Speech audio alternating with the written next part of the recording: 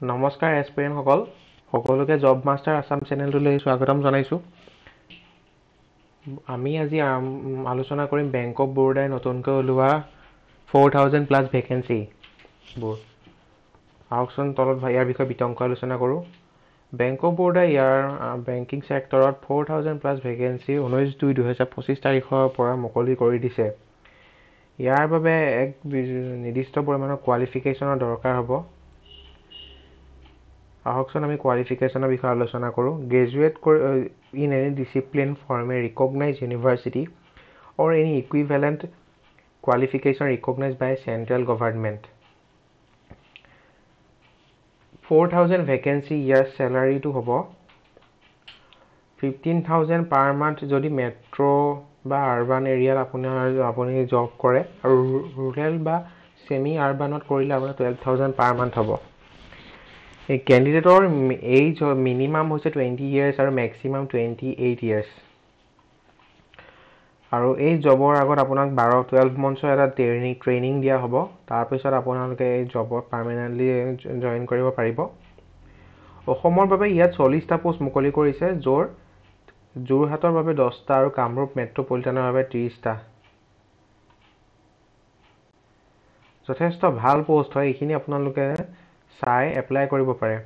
As relaxation দিয়া হৈছে schedule caste আৰু চিডিউল ট্ৰাইবৰ বাবে 5 years. OBC non creamy layer certificate যিসকলৰ আছে তেখেতলোকে 3 ইয়াৰ্ছৰ এজ ৰিলেক্সেশ্যন পাব। যিসকল ফিজিকেলি বেঞ্চমাৰ্ক থকা লোক তেখেতলোকে 10 ইয়াৰ্ছ, 13 ইয়াৰ্ছ আৰু 15 ইয়াৰ্ছৰ এটা এজ ৰিলেক্সেশ্যন পাব।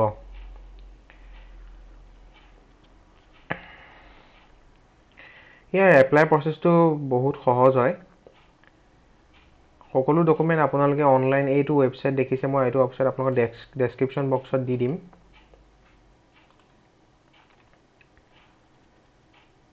ইয়াৰ পৰীক্ষা প্ৰচেছটো হ'ব অনলাইন। ইয়াত টোটেল 100 মাৰ্কছ থাকিব। জেনেৰেল এণ্ড ফাইনেল এৱাৰনেছৰ পৰা 25 মাৰ্কছ আহিব। কোৱান্টিটিভ এণ্ড ৰিজনিং এপ্টিটিউডৰ পৰা 25 মাৰ্কছ আহিব। কম্পিউটাৰ নলেজৰ পৰা 25 মাৰ্কছ আহিব। জেনেৰেল ইংলিছৰ পৰা 25 মাৰ্কছ, টোটেল 100 মাৰ্কছ আহিব। 60 মিনিটছ টাইম দিব, মানে 1 ঘণ্টা। আৰু মিডিয়াম হ'ব ইয়াৰ হিন্দী বা ইংলিছ।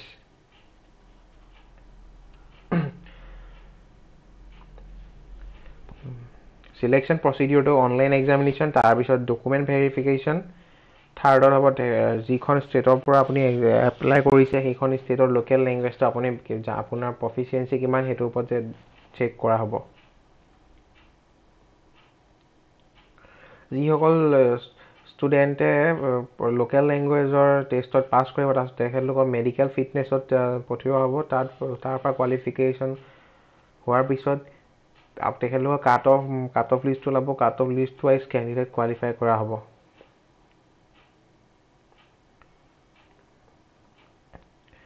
এই জবত এপ্লাই কৰাৰ ফিজ হৈছে, যিসকল মানে ফিজিকেলি উইকাৰ্ড হয়, বেঞ্চমাৰ্ক আছে ডিজিবিলিটিৰ, তেখেতসকলে 400 প্লাছ GST এপ্লাই কৰোঁতে দিব লাগিব।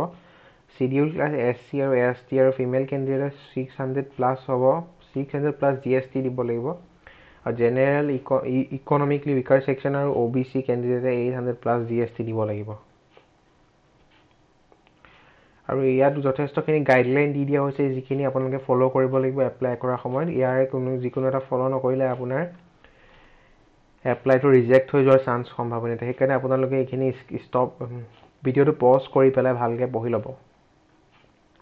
তো আজিলৈ ইমানখিনিয়ে আছিলে ভিডিঅ'টোত। যদি ভিডিঅ'টো চাই ভাল পালে লাইক কৰিব, শ্বেয়াৰ কৰিব আৰু কমেণ্ট কৰিবলৈ নাপাহৰিব। লগতে বন্ধু বান্ধৱীৰ মাজত ভিডিঅ'টো শ্বেয়াৰ কৰি দিব, যাতে আৰু 10জনে এপ্লাই কৰিব পাৰে। ধন্যবাদ।